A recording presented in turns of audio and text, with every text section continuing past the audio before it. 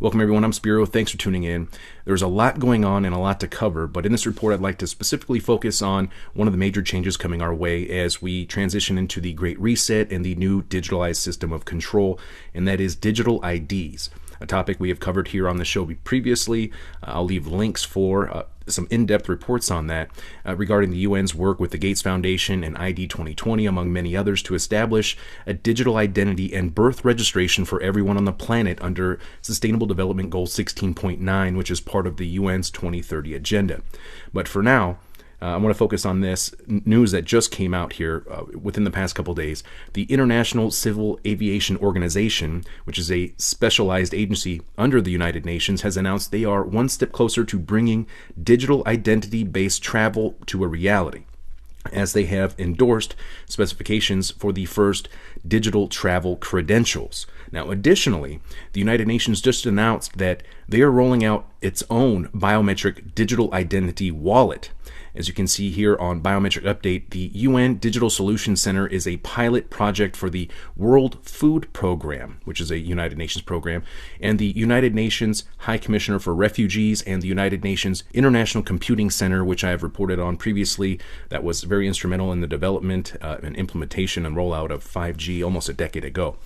So this particular UN biometric digital wallet is intended for UN employees, and it can be used for data related to human resources, medical status, i.e., vaccine status, travel, there's your health passport, payroll, and pensions. It's going to be hooked up to your financials.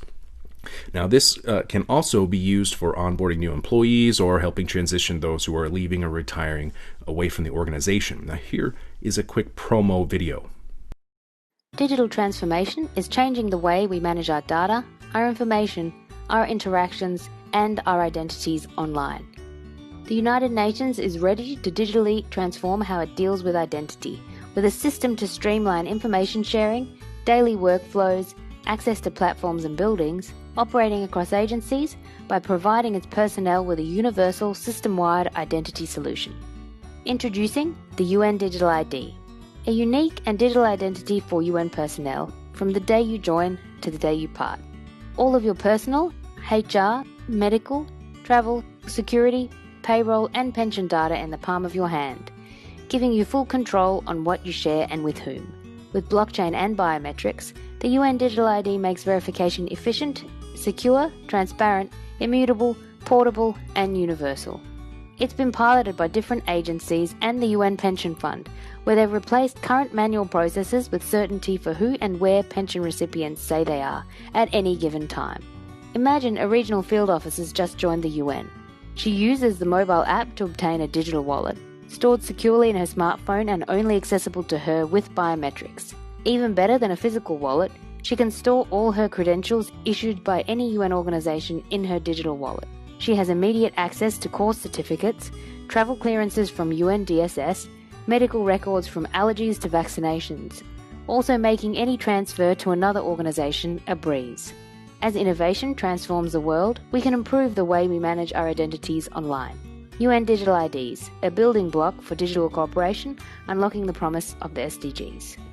I hope you see where this is going. Every aspect of our lives will be centrally digitalized using biometrics, AI, 5G, and in many cases blockchain. And when you hear the so-called stakeholders, such as the United Nations or the central banks or governments or the World Economic Forum, who just blocked me on Twitter the other day, reference the private sector, they are talking about tech companies, fintech companies like Ripple, or foundations like IOTA, who are currently working on digital IDs, distributed ledger technology, cryptocurrencies, smart cities, and the Internet of Things, just to name a few. This is the new digital system of control the social engineers are referring to when they talk about the Great Reset, along with the social controls via United Nations Agenda 21 and the merger of man and machine via the World Economic Forum's Fourth Industrial Revolution, which Musk's brain chip, Neuralink, fits into nicely, doesn't it? Now, all of these pieces of the puzzle are hiding out there in plain sight. And of course, this new system is being ushered in and justified by the current manufactured crisis. This is classic problem reaction solution in real time. And it's not just happening in some far-off land halfway around the world, and you have years before it will affect you. This is the rollout/implementation phase. Example, just today, Acquaint, a leading global provider of identity verification solutions, announced today that it has become an official member of the Digital ID and Authentication Council of Canada. And when you look at their partners, it's crypto exchanges, credit card companies, banks, and what are they interested in? Well, it says right here, document authentication, behavior data, biometric verification, liveliness detection, transactions, your personal data, digital footprint. And what industries are they working in? Well, currently they're working in retail, telecom, health, finance, banking, transportation / travel, government, and border controls. All of these aspects will be part of your digital identity, including your credit and possibly social credit scores. Just today, they announced a partnership with Canada's government. So this is moving forward day by day. And there are countless other examples, like MasterCard working on biometric immunization records for the Wellness Pass, another digital health passport.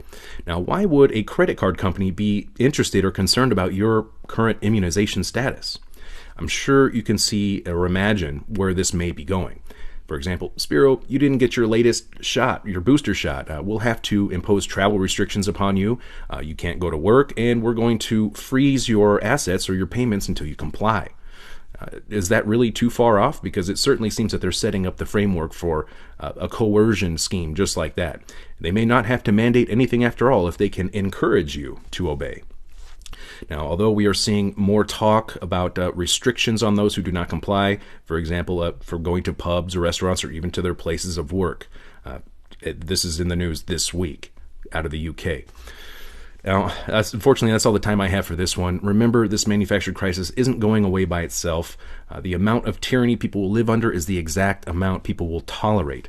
And the United Nations is making big moves along with a lot of other companies right now heading towards this new digital system of control. I'm Spiro. Thanks for watching.